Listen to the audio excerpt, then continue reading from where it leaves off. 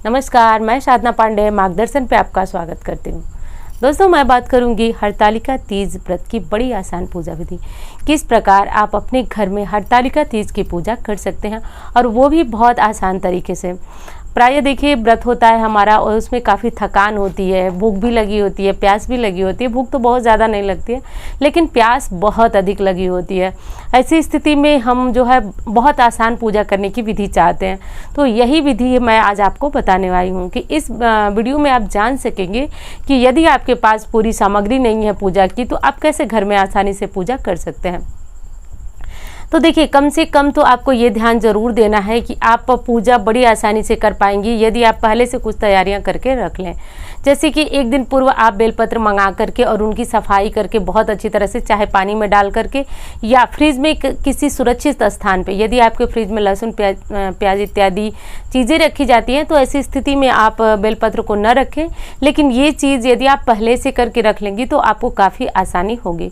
दूसरी चीज़ बता दूं कि यदि आपके यहाँ रसोई में बना करके कुछ भोग हरतालिका तीज पे महादेव के लिए अर्पित किया जाता है तो वो भी आप पहले से करके रख सकती हैं, यानी एक दिन पूर्व ही ये सारी तैयारियां कर लें। मेरी बात आप समझिए, मोटे शब्दों में ये कहना चाह रही हूँ मैं कि आप जो तैयारियां कर सकें वो एक दिन पूर्व ही कर लें और अगले दिन बस आप ये करें कि जब आपको पूजा मुहूर्त पता ही है तो अब आप क्या करें कि पूजा जिस समय आपको करना हो बस अपने घर की थोड़ी सी साफ सफाई कर लें, यदि कोई है तो उसकी मदद ले लें। अब थोड़ा सा मिट्टी आपको पहले से ही रख लेना है। दूसरी चीज़ की बहुत लोग पार्थिव शिवलिंग नहीं बनाते हैं, वो डरते हैं कि अभिषेक करते समय यदि शिवलिंग का खंडित हो गया तो ऐसी स्थिति में हम क्या करेंगे। तो यदि आपको डर लगता है, आप नहीं बनाना चाहते हैं, कोई समस्या नहीं, आप मूर्ति फोटो से भी पूजा कर सकते हैं। लेकिन दिक्कत ये होती है कि यदि आप अभिषेक नहीं करेंगे तो वो पूजा का बहुत अधिक महत्व नहीं रखा रहता है, क्योंकि माता गौरा ने बालू की प्रतिमा यानी कि बालू का शिवलिंग बना करके और महादेव का पूजा अभिषेक इत्यादि की थी। तभी से परंपरा है कि महिलाएं जो है या तो शिवलिंग में जाकर के मंदिर में समूह के साथ पूजा करें या फिर घर में भी आप 2-4 औरतों को बुला करके या फिर उनके यहाँ जा करके भी कर सकती हैं। लेकिन अपने घर में ही आजकल हर कोई करता है। एक तो स्थितियाँ भी वैसी नहीं है किसी के यहाँ जाने लायक, और अपने घर में करें पूजा पाठ तो जितना अधिक पूजा पाठ हमारे घर में होता है उतना ही अधिक महत्व होता है। तो एक छोटी सी, बहुत छोटी सी प्रतिमा बना लें। आवश्यकता नहीं है कि आप बहुत बड़ी प्रतिमा बनाएं, छोटी सी प्रतिमा बना लें। दूध, दही, घी, शक्कर, शहद, ये आप जानती ही हैं, पंचामृत चाहिए। तो यदि मिल सके तो बहुत अच्छी बात है, नहीं मिल सके कोई समस्या नहीं। बेलपत्र 2, 4, 5, 4 तो नहीं चढ़ाएं, 1 चढ़ाएं, 5 चढ़ाएं, 11 चढ़ाएं, 7 चढ़ाएं, इस तरह से मिल जाते हैं तो अच्छी बात है। फूल, धतूरा और सफ़ेद जो आँख की माला होती है वो मिल जाए तो बहुत अच्छा है।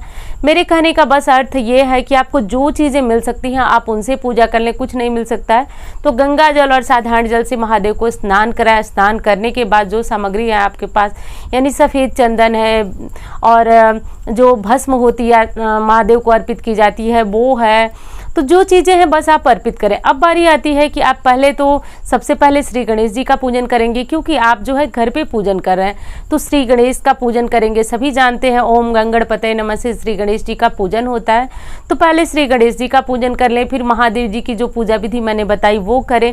माता गौरी का भी आज विशेष पूजन होता है। आज के दिन उन्हें सुहागिन महिलाएं सिंदूर जरूर अर्पित करती हैं। सिंदूर अर्पित करने से ऐसे कहा जाता है कि हमारे पति दीर्घायु होते हैं और हमारे सुख सौभाग्य में वृद्धि होती है। यदि किसी के पति और पत्नी के बीच रिश्ते अच्छे नहीं है, अनबन रहती है, तो ऐसी स्थिति में आज के दिन माता गौरा के सिंदूर चढ़ाते हुए अपनी कामना बोलने से हमारी इच्छा पूर्ण होती है। ये काम भी कर लें।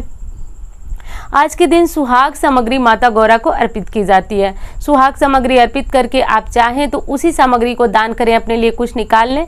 वैसे सही विधि ये है कि आप एक सेट जो है वह चूड़ी, बिंदी, नेल पॉलिश का माता गौरा को चढ़ाने के लिए लें और एक किसी ब्राह्मणी को दान करें। देखिए, एक चीज़ मैं बता दूं कि इस व्रत में आप दान करने में बिल्कुल भी कंजूसी न करें। कहा जाता है कि जैसे विद्या है वो बांटने से बढ़ती है, उसी तरह ये जो त्यौहार होते हैं, जो त्यौहार हमारे सुहाग के लिए होते हैं, उनमें हम सुहाग सामग्री दान करते हैं तो पति के ऊपर आने वाली मुसीबतें समाप्त होती हैं और बहुत सारी बाधाएं होती हैं जो कि पति पत्नी के बीच रिश्ते को तोड़ने का काम करती हैं, वो सारी समाप्त होती हैं यदि आप इस व्रत में अपने हाथों से स्पर्श करके और सुहाग सामग्री दान करती हैं। तो ये सारी चीज़ें जो आपको माता को चढ़ाना है एक थाल में रख लें, माता से स्पर्श करा दें और कलश रखना ना भूलें। देखिए बहुत सारे लोग बिल्कुल डरते हैं कलश रखने। कलश रखने में कोई समस्या नहीं है, बस आप सुपारी ले लें, कुछ नहीं मिल सकता है, मान लीजिए सुपारी भी नहीं है आपके पास तो बस कलश रख दें, उसमें आम की पत्ती, अशोक की पत्ती यदि मिलती है तो अच्छी बात है, नहीं मिलती है तो बस कलश में पानी भर के रख दें और आप उनके ऊपर एक दीप प्रज्वलित करें, यानी थोड़ा सा कुछ अनाज रख दें, जैसे चावल गेहूं कटोरी में भर के रख दें और एक दीपक रख दें। ये हो गई आपकी संपूर्ण पूजा। अब आप आरती पूरी अच्छी तरह से माता गौरा की, शिव जी की आरती गाएं, ओम जय शिव ओमकारा सभी को आती है, माता की आरती गाएं, गाते हुए श्री गणेश जी की भी गाना चाहें तो गाएं, वैसे कर्पूर गौरम लास्ट में आप गाते ही हैं, गाएंगे ही, तो ये आरती आपकी पूर्ण हो जाएगी सभी देवी देवताओं की। अब इसके बाद जो है देखिए कहा तो यही गया है कि कम से कम जो है महिलाओं को रात्रि में शयन नहीं करना चाहिए, जागरण करना चाहिए कम से कम 12 बजे तक। तो यदि आपको व्रत में बहुत ज़्यादा नींद आती है, बहुत ज़्यादा आप परेशान रहते हैं तो ऐसी स्थिति में आप जागरण नहीं कर सकते। इसके लिए आप जो है अपने मनपसंद कोई भजन ले लें, कुछ ऐसी चीज़ें ले लें जिसको सुनते हुए आपका मन लगा रहे और आपको नींद बिल्कुल भी ना आए। तो ऐसा करके और आप जो है कम से कम 12 बजे तक जगें और उसके बाद जो है आप शयन कर सकते हैं। अब बात आती है पानी पीने की, तो बहुत सारी जो महिलाएं हैं वो बहुत आसानी से बहुत सुबह तक रह जाती हैं और वहीं पे जो कुछ लोग हैं कि नहीं रख पाते हैं, यानी कि उनको निर्जला रखने में बहुत दिक्कत होती है, तो वो 12 बजे के बाद बिल्कुल पानी पी सकते हैं। वैसे तो इस बार मुहूर्त भी जो है 12 बजे के बाद समाप्त हो रहा है, लेकिन आपको यदि नहीं रहा जाता है तो आप पानी पी लें, ऐसा कुछ नहीं है, क्योंकि आपका शरीर भी बहुत महत्व रखता है। जब आपका शरीर स्वस्थ रहेगा तभी आप किसी नियम को पालन कर सकते हैं, तभी आप किसी व्रत को धारण कर सकते हैं। तो ये बेहद आसान सी विधि थी जो कि मैंने बताई आपको घर में पूजा करने की। सामग्री बहुत अधिक महत्व नहीं रखती है, जो महत्व रखता है वो है आपकी भावना, आपकी भक्ति। आप जो है इस व्रत को कितनी श्रद्धा और कितनी निष्ठा के साथ रखते हैं। तो व्रत के नियम, जानकारियां सब कुछ दे रही हूँ आपको, और पिछले साल की जो प्लेलिस्ट है उसमें भी बहुत सारी महत्वपूर्ण बातें आपको प्राप्त हो रहे हैं। तो उम्मीद करती हूँ जानकारी आपको बहुत पसंद आएगी। मिलती हूँ इसी तरह की वीडियो के साथ। धन्यवाद।